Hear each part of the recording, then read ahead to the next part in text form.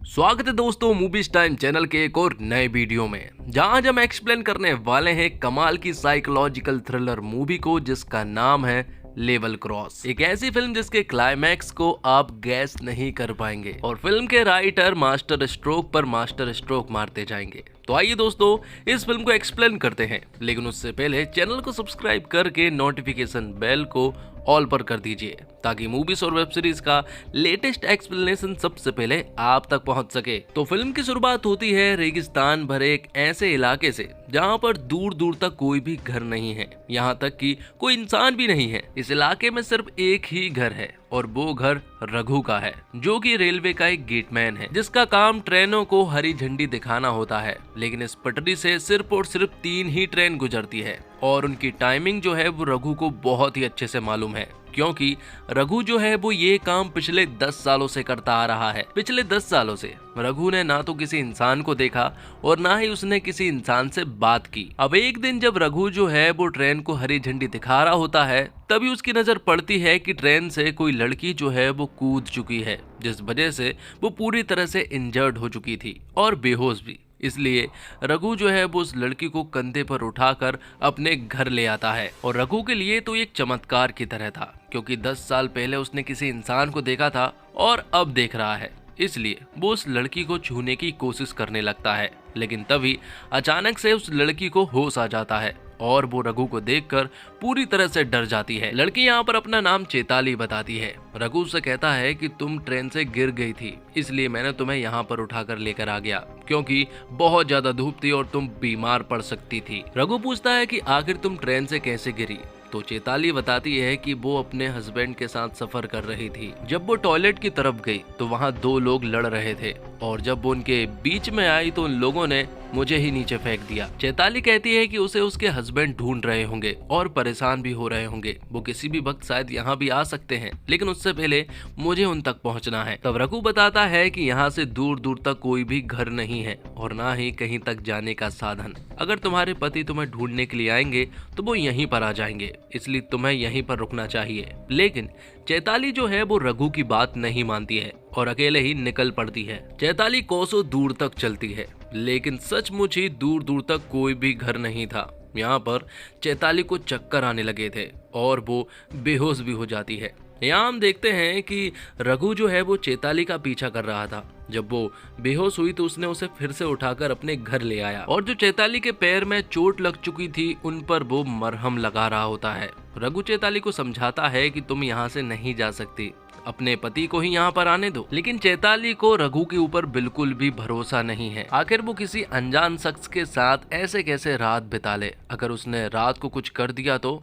जैसे तैसे वो सो तो जाती है, लेकिन वो बार बार उठकर रघु को देख रही थी जो कि फर्श पर सो रहा था। रघु को ऐसा लगता है कि शायद चैताली अनकंफर्टेबल है, इसलिए वो घर से बाहर चला जाता है। तब जाके चैताली जो है वो चैन की नींद लेती है। अगले दिन जब सुबह होती है तो रघु जो है वो अपनी डेली रूटीन स्टार्ट कर देता है। वो 4:30 बजे उठता है, बहुत दूर से पानी लेकर आता है और सुबह सुबह एक ट्रेन भी आती है जिसे उसे हरी झंडी दिखाना भी होता है। रघु पिछले 10 सालों से यही रूटीन फॉलो कर रहा है और आज तक वो किसी भी ट्रेन का टाइम नहीं भूला है। तो रघु यहाँ पर चैताली को बताता है कि उसने पिछले 10 सालों से किसी भी इंसान से बात नहीं की है, उसे बात करना काफी पसंद है। यहाँ पर चैताली भी अब कहीं ना कहीं रघु पर विश्वास करने लगी थी, क्योंकि रात को उसने कुछ भी नहीं किया है। अब क्योंकि चैताली रघु को परेशान दिख रही थी, इसलिए रघु चैताली से कहता है कि मैंने तुमसे एक बात छिपाई है। वो कहता है कि हर रोज जब ट्रेन आती है तो मेरा टेलीफोन बजता है। दरअसल में वो टेलीफोन जो है वो सिर्फ इनकमिंग होता है, उससे आप किसी से कॉल नहीं कर सकते। जो कॉल आते हैं आप सिर्फ उनसे ही बात कर सकते हैं। तो अगली बार जब ये टेलीफोन बजेगा तो मैं उन्हें तुम्हारे बारे में बता दूंगा, जिससे तुम्हारा पति जो है वो तुम्हें आसानी से ढूंढ लेगा।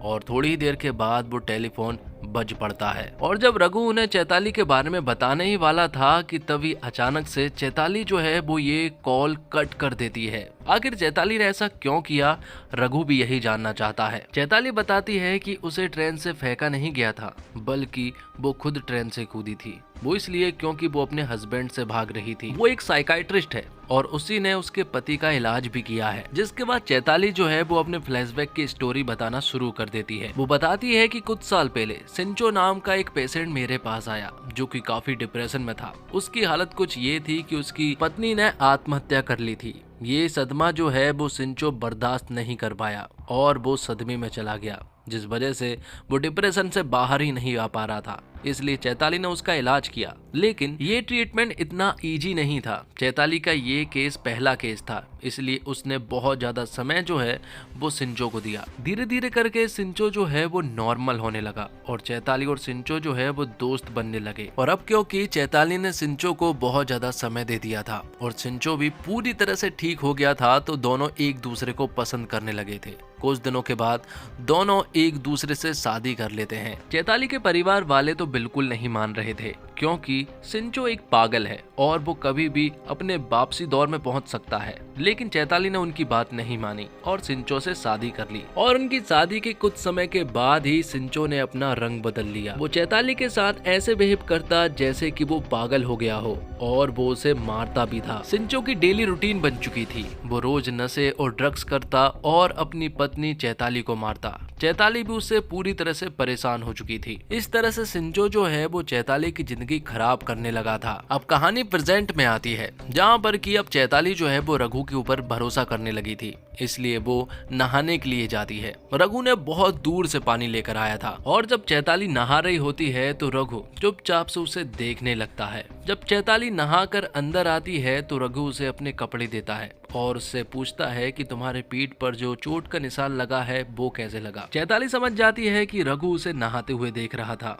और वो बताती है कि ये चोट का निशान भी उसके हस्बैंड ने ही दिया। जिसके बाद वो अपनी फ्लैशबैक की स्टोरी को आगे बढ़ाते हुए बताती है कि उसने बहुत दिनों तक सिंचो का टॉर्चर झेला, लेकिन एक दिन उसे सिंचो की डायरी मिल गई जिसमें कि उसने सब कुछ लिखा था। उस डायरी को पढ़ने के बाद चैताली को मालूम चलता है कि सिंचो की वाइफ ने आत्महत्या नहीं की थी, बल्कि सिंचो ने ही उसकी पत्नी को मारा था और साथ ही उसने हॉस्पिटल की एक नर्स को भी मारा था, जिसके बारे में भी उसने उस डायरी में लिखा था। लेकिन तभी यहाँ पर सिंचो आ जाता है। वो चैताली को डायरी पढ़ता हुआ देख लेता है तो वो उसे बहुत मारता है और पुलिस से बचने के लिए सिंचो जो है वो चैताली को अपने साथ ट्रेन से कहीं ले जा रहा होता है और इसी बीच चैताली ने ट्रेन से जंप लगा दी। तो अब कहानी जो है वो प्रेजेंट में आ जाती है। चैताली ने अपनी सारी स्टोरी बता दी थी। ये सारी स्टोरी सुनने के बाद रघु कहता है कि तुम्हारी और मेरी स्टोरी जो है वो एकदम सेम है। मेरा भी इस दुनिया में कोई नहीं है और तुम्हारा भी। हम आराम से यहाँ पर जिंदगी जी सकते हैं। लेकिन चैताली को समझ नहीं आ रहा था कि आखिर रघु क्या कहना चाहता है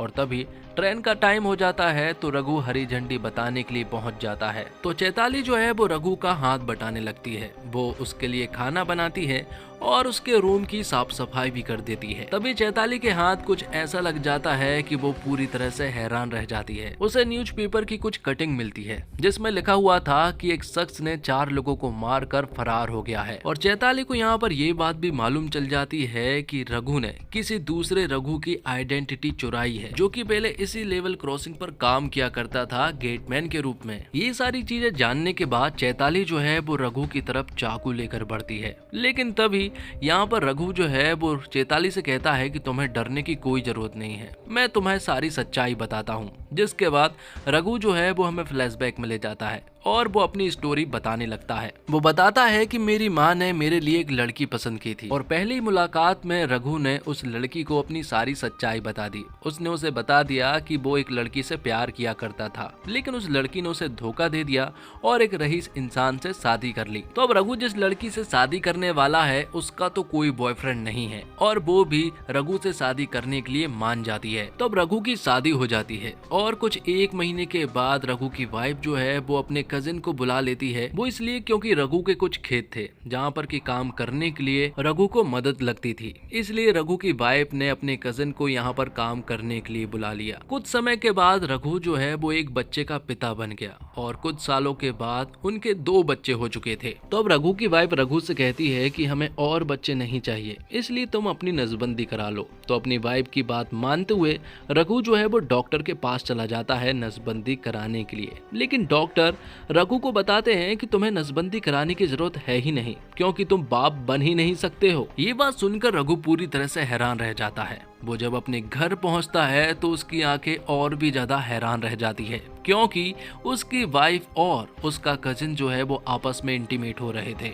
ये देखने के बाद रघु समझ जाता है कि उसकी वाइफ का अफेयर है और जो 2 बच्चे हैं वो भी उसी के कजिन के हैं, मतलब कि रघु की तो कोई फैमिली है ही नहीं। ये सारी चीजें देखने के बाद रघु को बहुत ज्यादा दुख हुआ और उसने इन चारों को मार दिया, मतलब कि रघु की वाइफ, उसके कजिन और दोनों बच्चों को। तो अब कहानी जो है वो प्रेजेंट में आ जाती है, जहाँ पर कि रघु चैताली को बताता है कि शायद मेरी जगह पर कोई और भी होता तो वो भी यही करता। तो अब चैताली जो है वो रघु को हौसला देने लगती है और उसे सपोर्ट देने लगती है। वो उससे कहती है कि तुम्हारी जगह पर कोई और भी होता तो वो भी यही करता। अब आगे रघु चैताली को बताता है, जब उन 4 लोगों को मारा तो पुलिस से बचने के लिए वो यहाँ तक भाग निकला। यहाँ पर उसे रघु नाम का एक आदमी मिला जो कि गेटमैन था। वो उन्हीं के साथ काम करने लगा, खेत में हाथ बटाने लगा, जिससे कि वो यहीं पर घुल मिल गया। लेकिन एक दिन अचानक से उनकी मौत हो गई और फिर तब से वो यहीं पर गेटमैन का काम कर रहा है और इस तरह से उसे 10 साल हो चुके हैं। तो चैताली को रघु के ऊपर तरस आने लगता है कि इस आदमी के साथ बहुत ज्यादा बुरा हुआ है, इसलिए चैताली डिसाइड करती है कि वो कुछ दिनों तक यहीं पर रहेगी। इसलिए वो रघु के साथ काम में हाथ बटाने लगती है। पानी लेने के लिए बहुत दूर जाना पड़ता था, लेकिन फिर भी चैताली जो है वो पानी लेने के लिए जाती है। और जब चैताली बहुत दूर पानी लेने के लिए जाती है और जब रघु रेलवे क्रॉसिंग पर होता है, तभी यहाँ पर सिंजो जो है वो अपनी वाइफ को ढूंढता हुआ आता है। वो यहाँ पर रघु से पूछता है कि क्या तुमने यहाँ पर एक औरत को देखा। रघु तो साफ मना कर देता है। वो कहता है कि उसने ऐसी किसी भी औरत को नहीं देखा है। यहाँ पर सिंजो बताता है कि उसकी वाइफ का ट्रीटमेंट चल रहा है, वो पूरी तरह से पागल है, उसका नाम शिखा है और वो अपने मन से ही उल्टी सीधी बातें बताने लगती है और कहने लगती है कि मैं एक डॉक्टर हूँ और अगर शिखा किसी के साथ रह रही है तो उसे जानलेवा खतरा भी हो सकता है, इसलिए अगर तुमने उस लड़की को देखा है तो मुझे बता दो। मेरी पत्नी शिखा का इलाज चल रहा है और मेरा नाम डॉक्टर सिंजो है। ये सारी बातें सुनने के बाद यहाँ पर रघु को विश्वास नहीं हो रहा था कि आखिर वो किसके ऊपर भरोसा करे और किसके ऊपर नहीं। ये सारी बातें सुनने के बाद रघु जो है वो तुरंत ही उस जगह पर जाता है जहाँ पर कि चैताली पानी लेने के लिए गई थी। यहाँ पर रघु कहता है कि ये शिखा कौन है। वो समझ चुकी थी कि उसका पति सिंजो जो है वो यहाँ पर आ चुका है। यहाँ पर चैताली उसे समझाने की कोशिश करती है कि शिखा जो है वो उसकी वाइफ का नाम है और उसकी वाइफ को वो मार चुका है। जैसे तुम्हें उसने मनाया है उसी तरह से वो सभी को मना लेता है और मेरे बारे में पता कर लेता है और अगर मैं उसके पास गई तो वो मुझे मार देगा। यहाँ पर रघु के उसके ऊपर भरोसा तो नहीं हो रहा था और कहीं ना कहीं चैताली भी ये बात समझ चुकी थी। इसलिए चैताली कहती है कि एक काम करते हैं, हम लोग पुलिस को बुला लेते हैं, लेकिन रघु तुरंत ही मना कर देता है। वो कहता है कि पुलिस यहाँ पर नहीं आएगी क्योंकि रघु खुद भागा हुआ एक हत्यारा है। तो अब वो दोनों वापस जाते हैं जहाँ पर कि सिंजो जो है वो चैताली को अपने साथ वापस ले जाने लगता है। जाते जाते चैताली यहाँ पर रघु से कहती है कि मैं तो तुम्हारे साथ कुछ वक्त बिताना चाहती थी, लेकिन तुम तो मुझे समझे ही नहीं। ये सारी बातें सुनने के बाद रघु जो है वो सिंजो से कहता है कि तुम तो अपनी वाइफ को मार ही दोगे, उससे अच्छा तुम अपनी वाइफ को मुझे दे दो ताकि हम खुशी खुशी इस जगह पर रह सकें। रघु और सिंजो जब बात कर ही रहे होते हैं कि तभी अचानक से चैताली जो है वो सिंजो के ऊपर एक बार कर देती है, जिस वजह से वो बुरी तरह से इंजर्ड हो जाता है। और जब चैताली रघु से कहती है कि तुम्हें तो मेरे ऊपर भरोसा है ही नहीं, ये सुनने के बाद तो रघु जो है वो यहाँ पर सिंजो को बुरी तरह से जान से मार देता है। जब वो उसे दफनाने के लिए जा रहा था तो उसके जेब से एक स्लिप निकलती है जो कि हॉस्पिटल की थी, जिसमें लिखा हुआ था डॉक्टर सिंजो और उसकी पेशेंट शिखा। इसका मतलब ये हुआ कि इनमें से साइको कोई और नहीं बल्कि चैताली है, जिसका असली नाम शिखा है और शिखा का ही ट्रीटमेंट चल रहा होता है और डॉक्टर सिंजो जो है वो उसका इलाज कर रहा था। अचानक से यहाँ पर चैताली जो है वो रघु को मारने की कोशिश करती है, लेकिन ये इतना आसान नहीं था, बल्कि रघु ने ही यहाँ पर चैताली को जान से मार दिया था। और यहाँ पर एक और बहुत बड़ी चीज रिवील होती है। मालूम चलता है कि दरअसल में असली साइको तो रघु है। यहाँ में बताया जाता है कि दरअसल में रघु जिस लड़की से प्यार किया करता था और उस लड़की ने उसे धोखा दिया था और एक रईस आदमी से शादी कर ली थी, तो रघु ने उन दोनों को तो मार दिया था, साथ में उनके बच्चों को भी मार दिया था। और यहाँ तक कि इस जगह के रेलवे क्रॉसिंग के जो गेटमैन थे असली रघु उन्हें भी रघु ने ही मारा है। ये बताया तो नहीं गया, लेकिन यही हो सकता है। तो इन सब में सबसे बड़ा साइको जो है वो रघु था। साइको की बात करें तो शिंजो जो है वो कोई साइको नहीं था, वो तो एक डॉक्टर था। साइको बल्कि यहाँ पर चैताली थी। शिंजो ने उसी का इलाज किया था और बाद में उसी से प्यार करके उससे शादी कर ली थी। लेकिन बाद में चैताली की तबीयत बिगड़ने लगी और वो बातें बनाने लगी थी और फिर वो ट्रेन से कूद गई। तो इस तरह से वो रघु के पास पहुंची और इसी के साथ ये फिल्म यहीं पर खत्म हो जाती है। तो दोस्तों, उम्मीद करता हूँ आपको ये वीडियो पसंद आई होगी। वीडियो अगर अच्छा लगे हो तो वीडियो को लाइक जरूर कीजिएगा और इसी तरह की वीडियोस पाने के लिए आप हमारे चैनल को सब्सक्राइब भी कीजिएगा, ताकि आपको इसी तरह के लेटेस्ट और फ्रेश कंटेंट मिलते रहे। मिलते हैं एक और कमाल की वीडियो के साथ, तब तक के लिए आप हमारे चैनल के साथ बने रहिए। धन्यवाद। जय हिंद, जय भारत, जय श्री राम।